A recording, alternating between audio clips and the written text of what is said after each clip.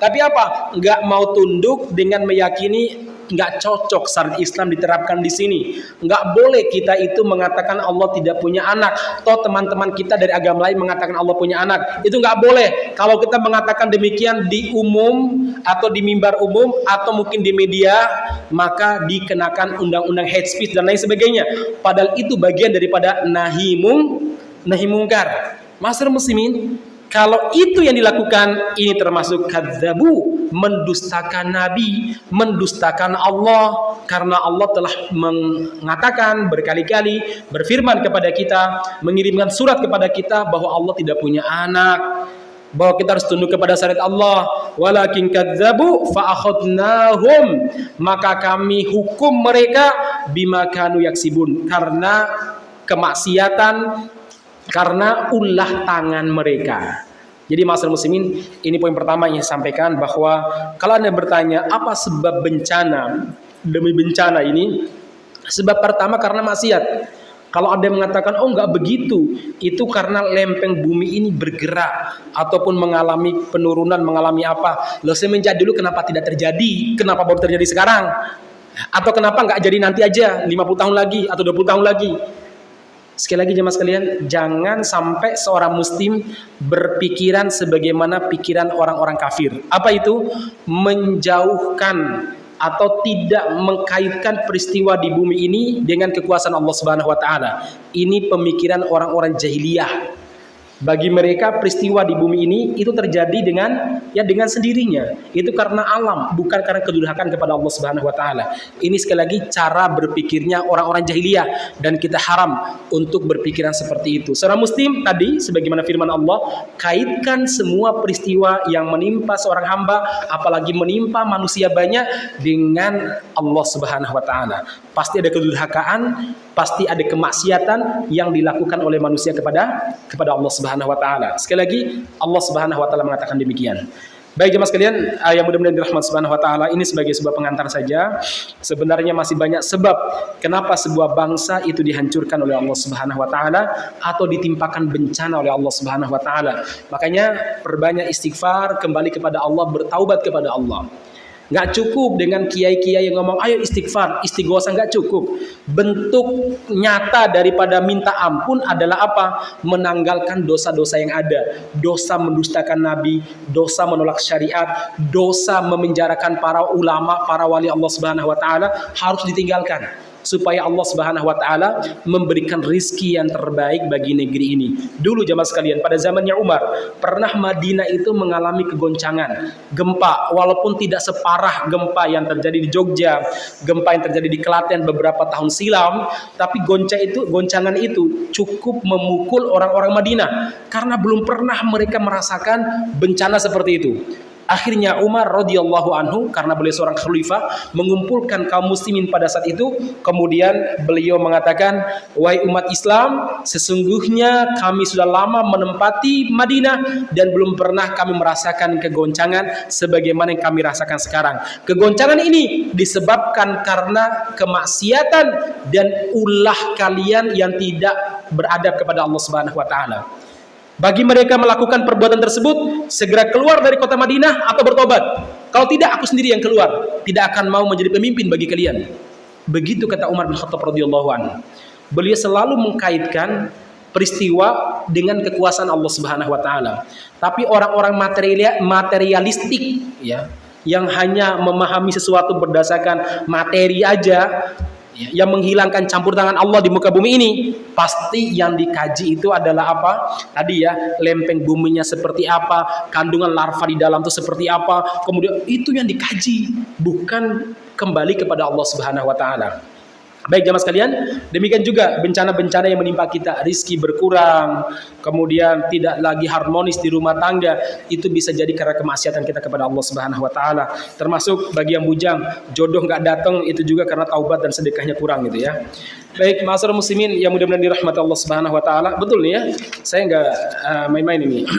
Sekarang kita masuk pada kajian kita, yaitu perang Ajnadin dan perang Yarmuk. Tapi sepertinya di kesempatan kali ini kita hanya mampu menyelesaikan perang Ajnadin. Baik jemaah sekalian, beberapa waktu sebelumnya 3 kali pertemuan kita berbicara tentang profil para panglima yang menaklukkan Romawi. Mulai dari siapa namanya? Khalid bin Walid, Abu Ubaidah bin Jarrah, Amr bin As, Surahbil bin Hasanah, kemudian beberapa sahabat lainnya, Yazid bin Abu Sufyan, Yazid bin Muawiyah maksud saya, dan lain sebagainya. Nah, jemaah sekalian yang mudah-mudahan dirahmati Allah Subhanahu wa taala, sekarang kita masuk pada bagaimana kiprah para panglima ini di medan jihad di Romawi. Jemaah sekalian yang mudah-mudahan dirahmati Allah Subhanahu wa taala, kita masih ingat bahwa Abu Bakar radhiyallahu anhu, sekali lagi ini masih pada zamannya Abu Bakar radhiyallahu anhu, beliau membagi tempat penaklukan bagi para panglimanya itu di tempat yang berbeda-beda. Sebagai sebuah contoh jemaah sekalian, Amr bin As ditempatkan di dekat Amr bin As ditempatkan di dekat Basrah ya. Bukan Basrah ya. Amr bin As di dekat Ajnadin, dekat sini ya, daerah sini. Kemudian Khalid bin Walid dan Abu Ubaidah berhasil menaklukkan kota Basrah, Irak. Saat itu mereka berjalan menuju penaklukan kota Damaskus. Mereka mau berangkat untuk menaklukkan kota Damaskus. Karena Damaskus pada zaman dulu merupakan kota yang dikelilingi oleh benteng dan kota terbaik, pertahanan terbaiknya orang-orang Romawi. Kemudian ada juga sahabat Surahbil Ibnu Hasanah.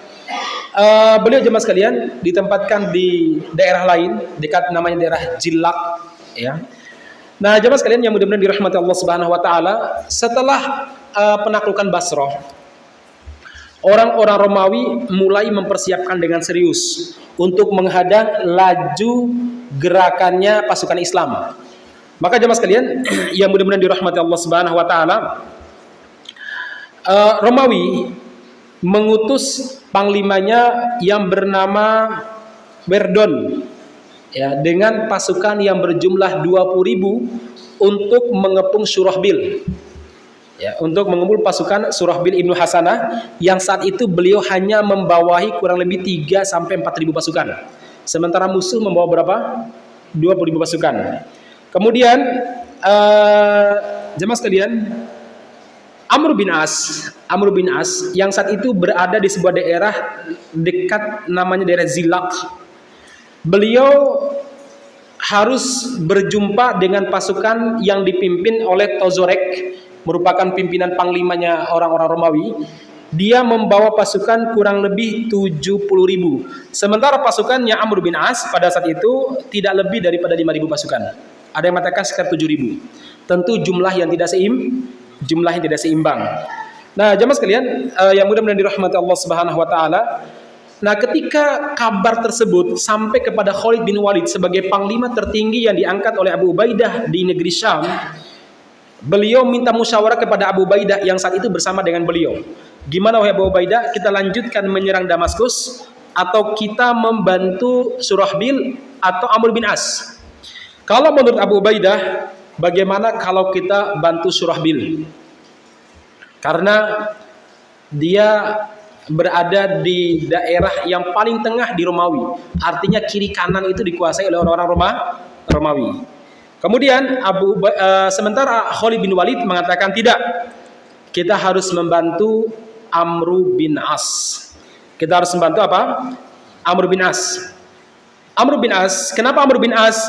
Khalid bin Walid punya pikiran, kalau kita berhasil menguasai wilayah dekat Zilak, ada sebuah daerah namanya Zilak, kita akan bisa menguasai Yerusalem sebagai benteng kedua terbaik yang dimiliki oleh orang-orang Romawi selain Damaskus. Nah, ma'asyiral muslimin yang mudah-mudahan dirahmati Allah Subhanahu wa taala, akhirnya mereka pun berangkat. Yang dituju pertama kali adalah daerah Ajnadain, sebuah wilayah yang saat itu masih dikuasai oleh orang-orang Romawi. Nah, jemaah sekalian, berangkatlah siapa namanya Abu Ubaidah, Khalid bin Walid sebagai pasukan terdepan. Beliau membawa dulu pasukannya berjumlah kurang lebih 15.000 pasukan. Kemudian Abu Ubaidah menyusul dari belakang untuk menuju daerah namanya Ajnadain. Nah, jemaah sekalian, ketika Khalid bin Walid sudah berangkat, Abu Ubaidah baru saja berangkat dari sekitar Damaskus, ternyata orang-orang Romawi yang menjaga perbatasan Damaskus itu terus melakukan serangan kepada pasukannya Abu Ubaidah. Sehingga pasukan Abu Ubaidah itu lambat. Ya, mereka harus menahan dulu serangan yang datang dari petugas penjaga perbatasannya Damaskus. Begitu terus, akhirnya itu membuat Khalid itu heran, kenapa Abu Ubaidah nggak segera menyusul. Kemudian Khalid bin Walid mengirim utusan untuk mengetahui kondisi Abu Ubaidah. Ternyata beliau mendapatkan kabar bahwa Abu Ubaidah terus diserang terus. Lantas Khalid bin Walid pun mengatakan, kita harus menyerang mereka dengan cepat dan sekilas-kilasnya, maksudnya secepat-cepatnya. Kalau tidak, nanti pasukan Amr bin As itu dikepung oleh musuh, mereka tidak bisa berbuat banyak. Akhirnya jemaah sekalian, Khalid bin Walid pun balik.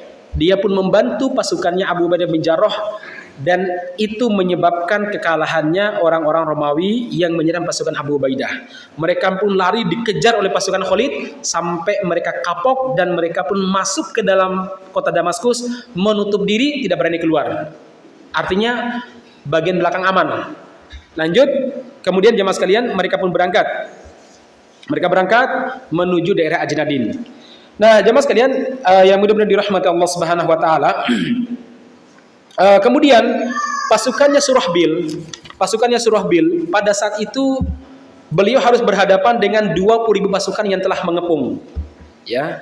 Nah, Abu Ubaidah mengirim surat kepada Surahbil. Apa kata beliau? Wahai Surahbil, jangan terpancing untuk menyerang pasukan yang dikirim oleh Romawi. Jangan terpancing, yang namanya Weridon tadi. Jangan terpancing, kamu fokus membantu Amr bin As. Datanglah ke Ajnadin. Kita akan berjumpa di sana dan kita akan membagi pasukan di sana. Akhirnya jemaah sekalian, Amr bin As, Surahbil bin Hasanah terpaksa melewati padang pasir yang sangat jarang dilewati oleh manusia supaya bisa menghindar dari kepungannya pasukan Romawi yang berjumlah 20.000 tadi. Dan orang-orang Romawi merasa bahwa Surahbil tidak akan bisa lepas dari kepungan mereka. Artinya mereka berhasil memecah pasukan Islam. Mereka nggak pernah kepikiran bahwa Surahbil dan pasukannya berani melalui sebuah gurun pasir Gobi yang memang tidak ada tumbuh-tumbuhan dan susah sekali ditempuh. Mereka nggak pernah kepikiran, karena bagi mereka tidak akan ada orang yang berani melewati daerah tersebut. Ternyata dengan keberanian dan tawakalnya kepada Allah Subhanahu wa taala, Surahbil ibnu Hasanah berhasil membawa pasukannya selamat tanpa satupun yang sakit, apalagi terbunuh. Nah, ma'asyiral muslimin yang mudah-mudahan dirahmati Allah Subhanahu wa taala, di saat yang bersamaan orang Romawi yang dipimpin oleh Tozerek yang berjumlah 70.000 pasukan, ada yang mengatakan jumlah awalnya 70.000, tapi dia berhasil meminta bantuan orang-orang Kristen Syam dan Kristen Arab bergabung dengan pasukan mereka, sehingga total pasukannya 100.000.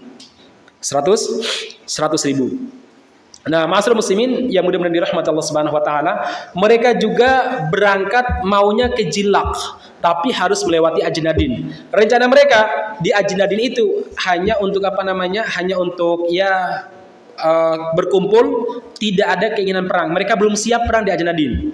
Sementara ketika Khalid bin Walid mendengar gerakan musuh yang mau ke Ajnadin, akhirnya beliau segera membuat formasi pasukan, ya. Jadi jalan itu sambil membuat formasi peperangan. Nah, jumlah pasukan yang dipimpin oleh Khalid bin Walid gabungan dari satu pasukannya Amr bin As, yang kedua pasukannya Khalid dan Abu Ubaidah sendiri, kemudian yang ketiga adalah pasukannya siapa? Surahbil bin Hasanah. Ada yang mengatakan 33.000. Jadi 100.000 melawan berapa?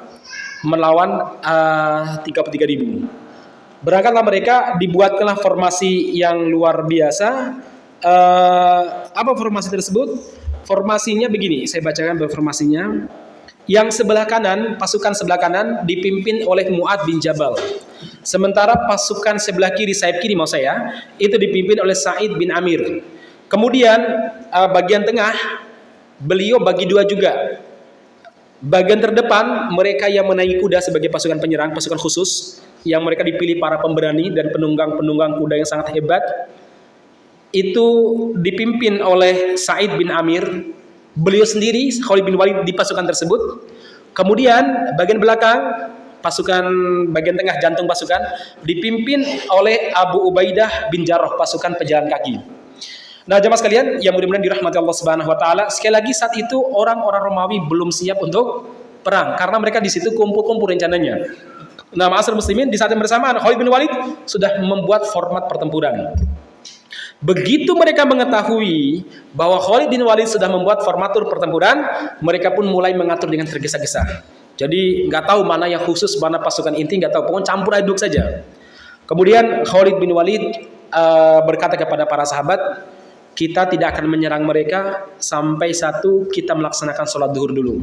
Ini di Ajnadin. Ini dianggap perang terbesar pertama kali pada zamannya Abu Bakar As-Siddiq radhiyallahu anhu melawan orang-orang Romawi. Kata Khalid, jangan pernah memulai perang sampai kita selesai sholat zuhur.